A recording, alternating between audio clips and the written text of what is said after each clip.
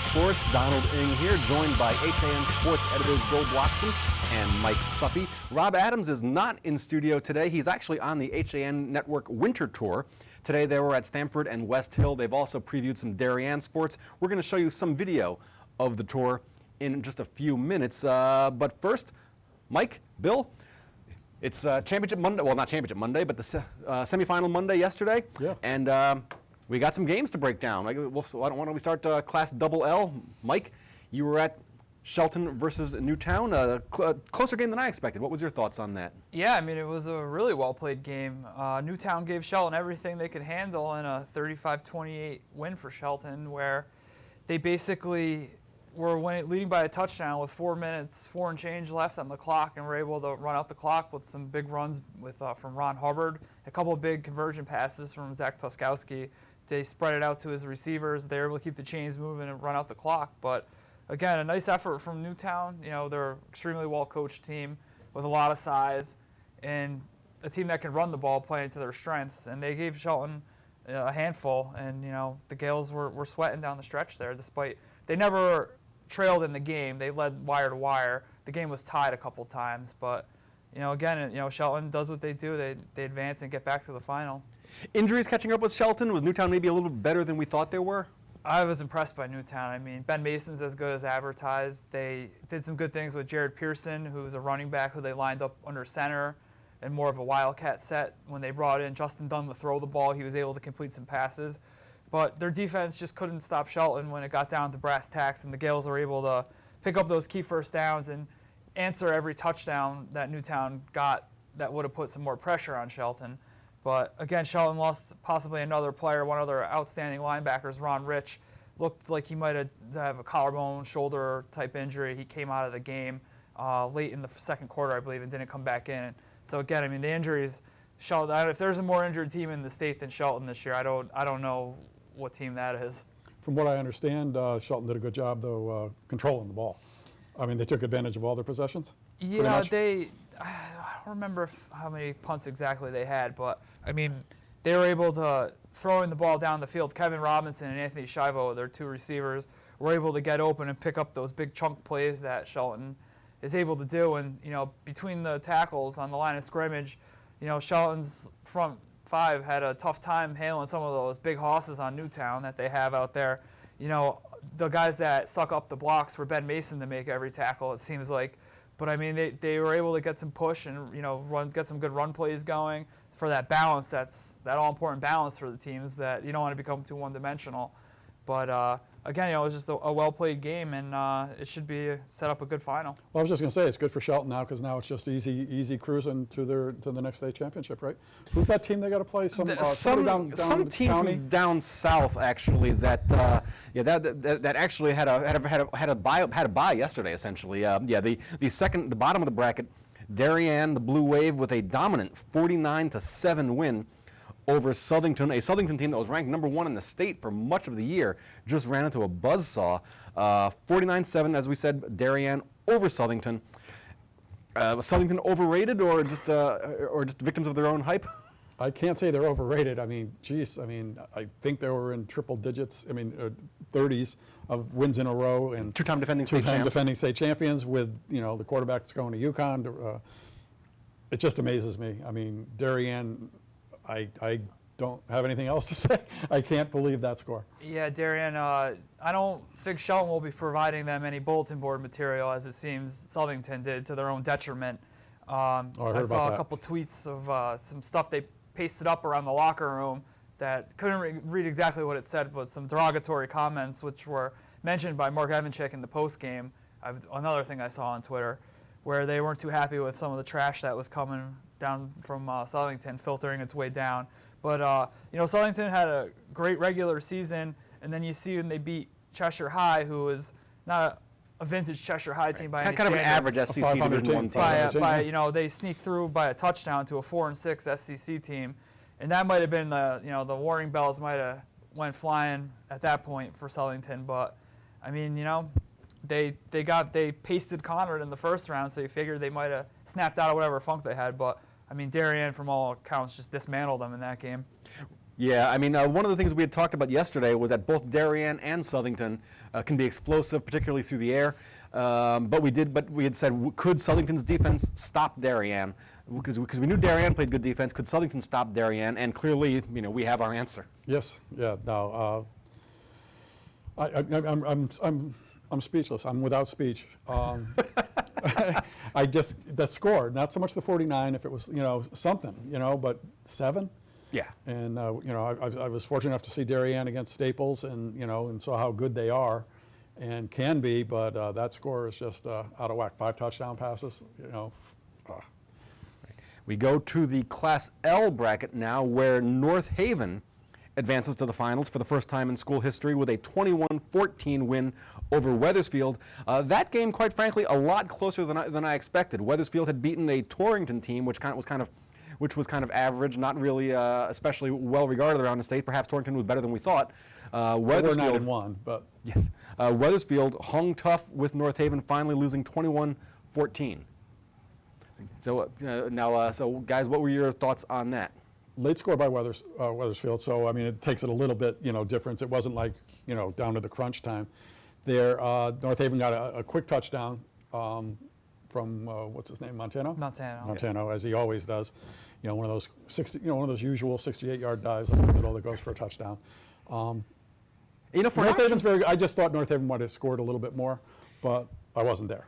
Right. And when you see one of those running single wing option teams, you kind of expect them to be kind of grinded out, control the clock, that kind of thing. North Haven, actually very explosive. They score on big plays out of that option. Yeah, what you can do is, off that option and counter plays that you run, play action. You gotta, they're gonna come up because they can't not do that. And then all you gotta do is break a tight end off or just one of the wings. And you're just asking for a lot of big plays that way. And I think there were over 40 points in almost every one of their games this season. So North Haven is a real contender. And once again, the SEC team is going to run into an FCAC team. Yes, Paul Newtown with their record-setting quarterback, Michael Collins. Yes, in fact, last night an SEC team ran into the FCAC runner-ups, New Canaan. That would be Notre Dame West Haven, the 7th seed. New Canaan, the 6th seed, defeats the Green Knights 51-27, and the tone for that game was set early. The first play of the game, there's Rams running uncontested through the secondary, and New Canaan finally rolling to a 51-27 decision last night at Dunning Stadium. Your thoughts on the game? Well, I mean, anytime you give up a big play like that to start the game, it's never a good time. I thought that game would be closer, to be honest. But, I mean, New Canaan came out there and stated their purpose very early in the game and forced Notre Dame to play catch-up, which might not be their strong point. And I know the tight end wide receiver Kyle Smith had some 16 catches for like 222 yards or something like that. And you might want to cover him. yeah, I mean, he's a big guy who can make some plays, but you put a body on him maybe. And I know Collins broke the record of 51 touchdown pass. I believe it was held by Tanner Kingsley from Woodland. And, I mean, he's got his team. Tanner Kingsley's team got to the final, but they weren't able to knock out Ansonia, if I recall correctly. And now Collins has got a chance to help New Canaan defend the title here, which I'm assuming the state championship is probably the goal for these guys. You would think. Now, North Haven actually defeated Notre Dame of West Haven during the regular season. So, any kind of thought on who North Haven is versus Notre Dame? Well, obviously they're a better team than Notre Dame, but are they good enough to beat New Canaan? My first thought going into the playoffs was yes. Going in, I was a big North Haven fan, got to see them a couple times, and the things that they can do. And once again, when you can control the ball and get big plays at the same time, that's a tough double. But when you got a passing attack like New Canaan showing now and the resolve, you don't want to say if they had won on Thanksgiving, they'd been different, or lost in the FCAC championship game, they'd be different for New Canaan. But the mission is definitely there for them.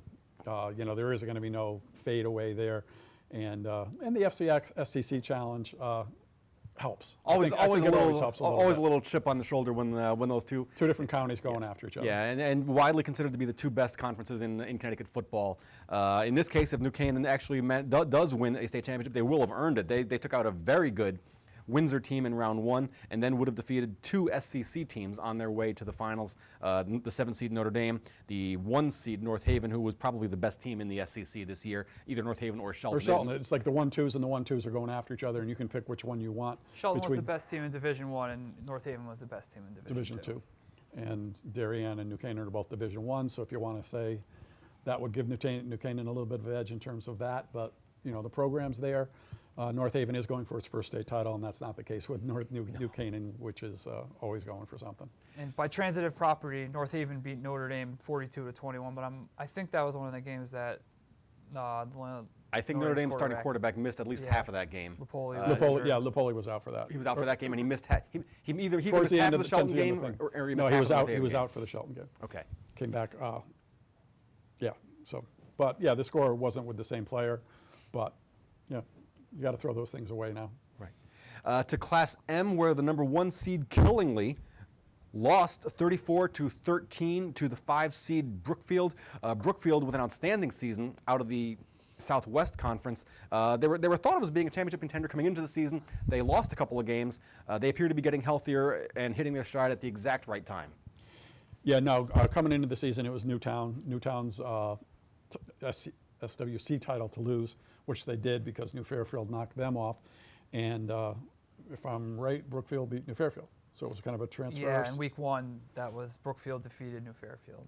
Brookfield had the one bad loss to Bunnell in overtime, where you don't typically see a team that finishes 9-2 or 8-2 losing to a 4-6 team, but they got picked off there and they fought their way back, won some games down the stretch that they had to win to get in there. Then they get an easy matchup for them against ATI, and they take the long bus ride up to Killingly last night. Apparently there was some problem with the lights up there, that the lights in the scoreboard kept going off, which delayed the start of the game about 45 minutes. And after that, they rode their guys, Drysdale, et cetera, to the win. I mean, Killingly is a team that, from that I saw them play against Stratford, that playing from behind is not something that they're going to be able to do. And once Brookfield got out ahead, Killingly is a team that likes to run the ball and control the clock, and it's hard to play catch up against in a game like that. It's a total matchup of the same team. I mean, they play the exact same style. They both look for the ground it out, and then look for the the big play off a pass if you can. And I like Brookfield. Brookfield, you like Brookfield against New Fairfield with yes. Okay, well, yes, because New Fairfield, this is essentially a rematch of the week 1 game won by Brookfield.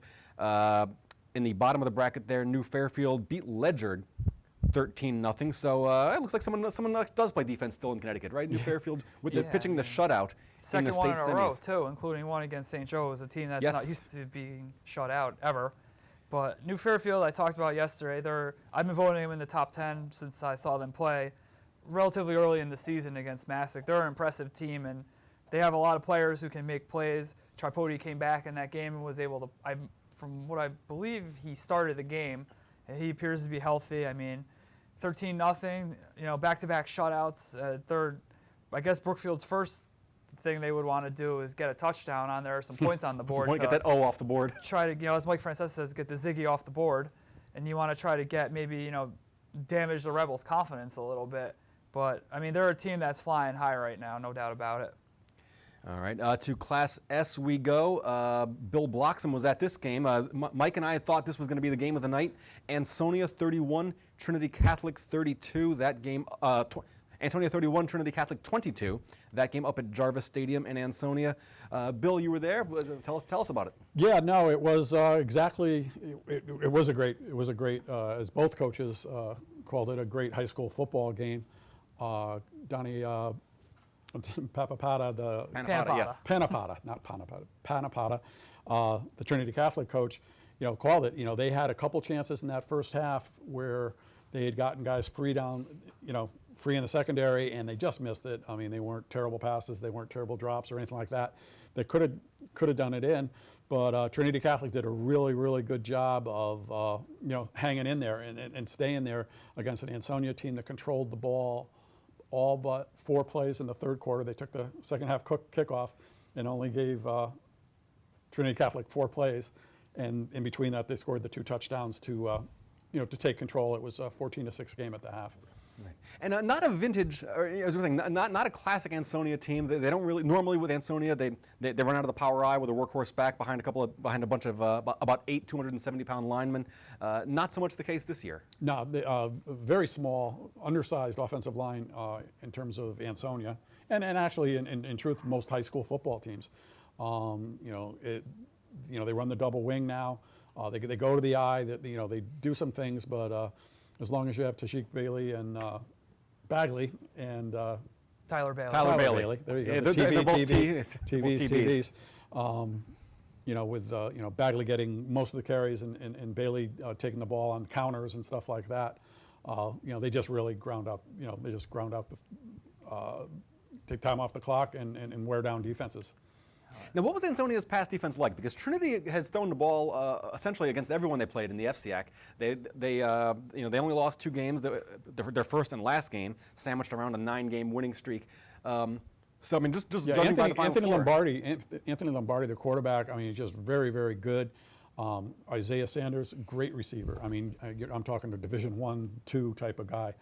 He had a great 54-yard touchdown reception. They also can go to John Michael Bavina, who ran for a 72-yard touchdown right after Ansonia went up after one of their patented drives. He went 72 yards on the first play from scrimmage. He later got hurt his ankle, and so he missed the end of the third quarter, most of the fourth quarter. But yeah, no, I would say Ansonia's secondary is, if you have an unbeaten team in a program like that, that is one of their weaknesses. They have to play their 2 best athletes and football players, Bagley and Bailey. They play them on the corners, not at either as a strong safety or at linebacker, where they can do some things, because they have to take away the speed and the quickness of other teams. And you have Bloomfield going to Bloomfield now. You have Bloomfield coming in. Rayshawn Phillips is their quarterback. He's thrown for 29 touchdowns. 2 of his receivers have combined for 12 scores, and both of them have averages of almost 20 yards per catch, which means that's trouble. And they're averaging 221 yards passing, and they run the ball for 188 yards.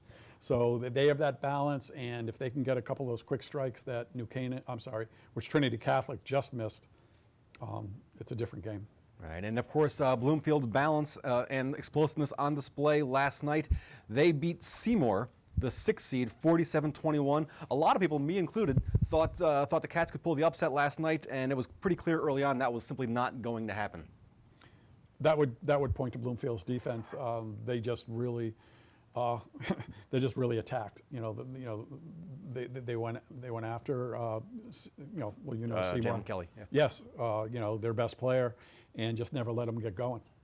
Yeah, I mean, if you stop Kelly, you stop the Wildcats. He's the trigger man for that offense. I mean, he runs it, he throws it, he's on every punt, kickoff. He plays defense. Linebacker. He punts. I mean, if you go he's after the catcher him, on the baseball team. That's the way to stop them. Like I said, he's the key guy. If you key in on him, you're gonna stop the rest of the team, because it all flows through him. Right. The Warhawks now advance to the state championship game. They will play Ansonia. This is the 6th time these 2 schools have met for a Class S championship. We're going to preview that game and the other 3 in a moment, but first we're going to step out for a quick break. As we mentioned, we're also going to show you some video from the HAN Network bus tour that the guys are currently on, including my co-host Rob Adams.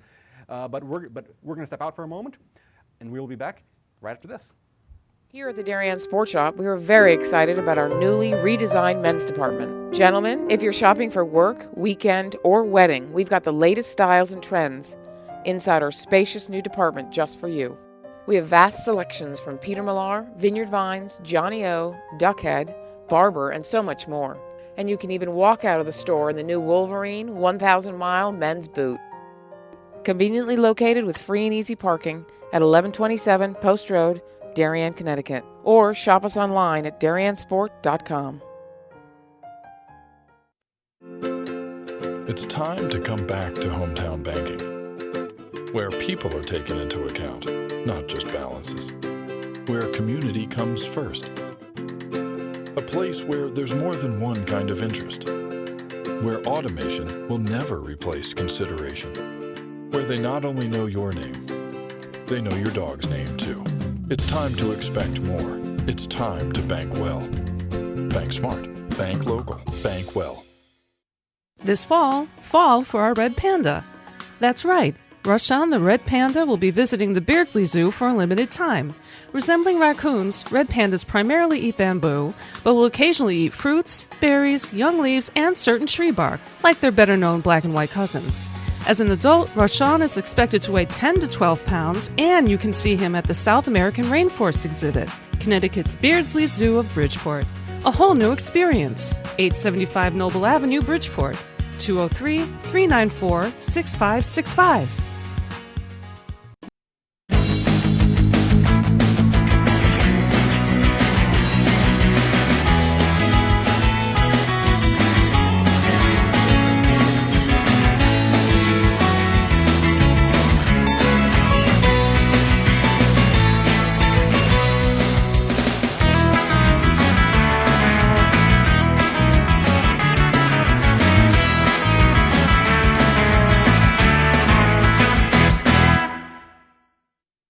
I'm Kate Chaplinsky. Join us for Coffee Break, weekdays at 11 to get the latest Connecticut news, weather, high school sports, and more. News doesn't get any more local than on Coffee Break on the HAN Network. Welcome back to Nutmeg Sports. Donald Ng here, along with Bill Bloxam and Mike Suppy. Rob Adams is not here, and the reason why he's not here is because he is on the HAN Network's winter bus tour as they get us ready for the winter sports seasons. Today they were in Stamford. They got footage from Stamford and West Hill high schools, but the other day they were down in Darien as they prepared for the winter sports season. Ice hockey, always a big deal down there, and we got this video of the Darien ice hockey girls ice hockey teams. This HAN Network video is brought to you by Innovative Health and Rehabilitation. It almost feels like we're standing with old friends here. This is the girls hockey team at Darien High School with Dave Stewart. I'm Rob Adams. And Dave, this is a group we've seen on one field or another or on some ice as well. We'll start on your end. They can introduce themselves. A lot of good things going on here. Well, you introduce yourselves. I'm Georgia Cassidy. I'm Skylar Vandenbroek. Chandler Kirby. I'm Marissa Baker. Marissa, all of you have played so well. I've enjoyed watching you all, whether it's on the ice or wherever else I've seen you. What's going to make this ice hockey team so good? I think it's the hard work and dedication to the sport. We have a great group of seniors this year that's going to lead us far into the postseason. I remember last year so well. You had such high expectations, and of course, it didn't quite end the way you wanted it to. And yes, we saw how it ended in the States, but I know you've got, again, expectations are very high. Where do you expect to wind up? Well, we definitely have a lot of new, good underclassmen. They're a really strong class, both sophomores and freshmen. And last year we fell short. We lost in the state semifinals to Simsbury. So I definitely think we have some unfinished business. So one of our goals is to definitely get to the state championship this year.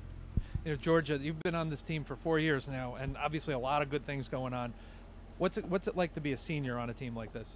It's sad, but it's exciting at the same time. And I think it's kind of a really good team to end off the career with. A really solid group of girls that I think we can do really well with. What's it like being a captain on this team, Skylar? It's an honor to be a captain. I remember it feels like yesterday that we were freshmen looking up to the captains, so now it's amazing to be able to lead the girls and give back to the program that gave so much to me. You know, Georgia, I saw on your sheet here, you've had a lot of great games over the years, but you wrote down as one of your favorite games beating New Canaan in the 2012 finals. Tell me about that game. We were huge underdogs that year.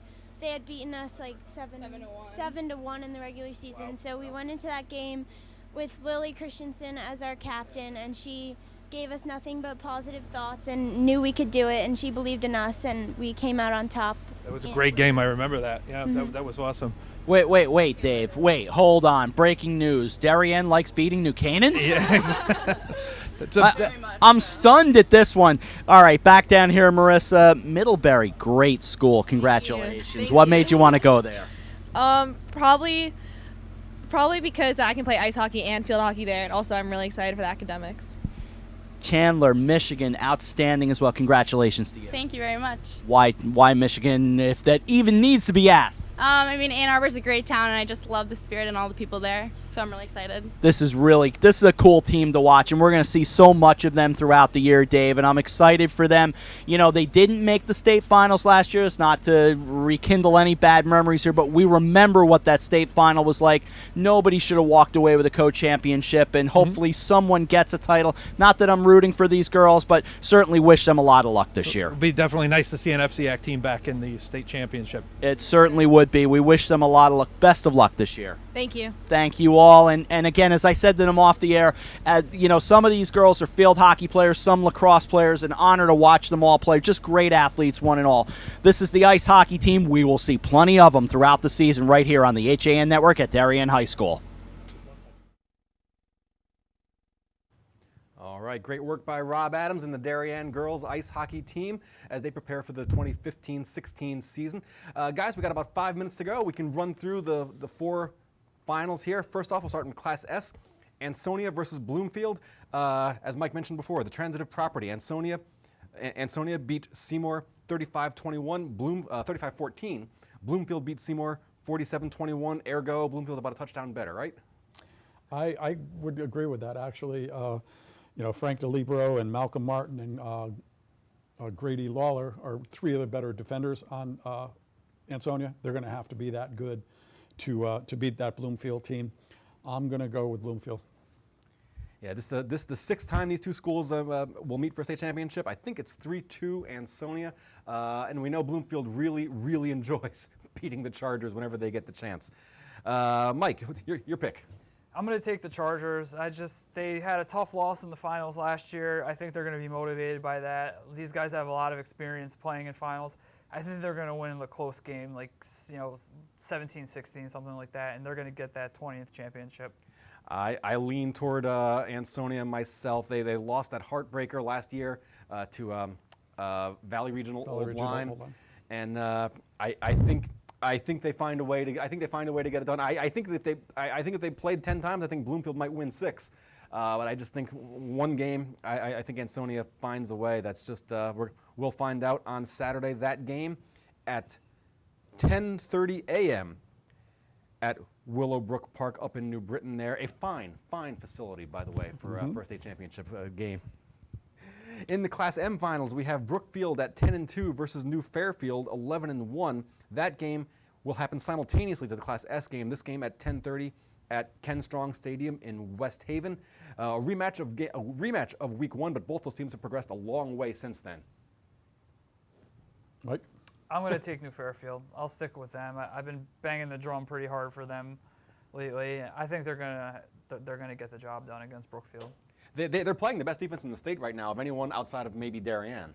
Yeah, no, when we previewed the state playoffs down at Boyle, when we had that show right around Thanksgiving, I picked, I just thought Brookfield. I saw them early in the season, and Bobby Drysdale's back and healthy. I just think Brookfield. All right, I think again I'm leaning toward New Fairfield. I think they're on a streak. They're on a defensive roll. We'll see. To Class L. Number 1 North Haven 12-0 versus number 6 New Canaan 10-1. That game at 2:30 at Strong Stadium in West Haven. Two explosive offenses in different ways. New Canaan with the spread, throwing the ball all over the yard. North Haven, the single wing option, explosively scoring on long plays. They don't really grind out the clock. North Haven. They make big plays out of the option. How do you see this game going? I'll go first here, and I picked North Haven on that fateful Thanksgiving free day on a Wednesday. But after the way New Canaan played against Southington, it's real hard to my gut says North Haven, but stats say New Canaan. I'm going to have to take New Canaan too. North Haven's a great team. I don't know if they could trade scores with the Rams, and I think that game might become a little bit of a shootout. But I think New Canaan's going to win, but it's going to be close. Yeah, I'm going to have to agree with both you guys there. I think the Rams take this one. I'd love to see North Haven do it. Their first time in a state final. I'd love to see them come bring a championship home because they've taken so long and worked so hard to build that program. But usually you tend to go in steps, and reaching a state final, sometimes you need to be there once before you can win one. I got to go with you guys also. I think New Canaan takes this one. And our final match of championship Saturday, 2:30 p.m. at Willowbrook Park. Number 1, Shelton, 12-0 versus number 2, Darien at 11-0. Does Shelton have enough left? I'm going to be the contrarian here. I'm going to pick Shelton. They've gone through so much adversity, starting with that fateful loss to Xavier last year in the final. Everybody's going to be heavy on Darien, I have a feeling, with the picks, but I think the Gales are going to keep it close. I think they're going to make a play late in the game to win this game. They've had that next man up mentality all season. Again, they're going to have the, everyone's against us card. They're going to play that because I don't think a lot of people, or I think mostly everyone is going to be rightfully so riding Darien after that lopsided win over Southington. I just think the Gales find a way to get it done. Coach Jeff Roy and his staff, they do a great job overcoming these injuries, and I think they're going to just get one more here and lift that title that they've been waiting to do, that they had a yard away from last year. I have to go Darien. I misspoke before with New Canaan saying, I think I said right, you said Southington, it was actually Notre Dame. But I meant Notre Dame. Right. But Darien has been outstanding all season. They, 2 programs. This is the game that you money make for. CIAC should be very happy with the crowd they're going to draw on this one. If non-injuries, toss up, but there are injuries, and you're talking about 4 stud players that they're missing, and now possibly missing their linebacker. I have to go with Darien. Yeah, I've got to go with Darien too. As you mentioned, a healthy Shelton team I think is as good as any team in the state. And you can overcome the loss of 1 or 2 starters, but 5, then that's asking an awful lot. So, all right, looks like I'm going to go with Darien over Shelton, and it looks like that is all the time we have for today. We thank you once again for watching Nutmeg Sports. Rob Adams returns to host tomorrow. For Mike Suppy, for Bill Bloxam, for Mario Recupero. We'll see you tomorrow.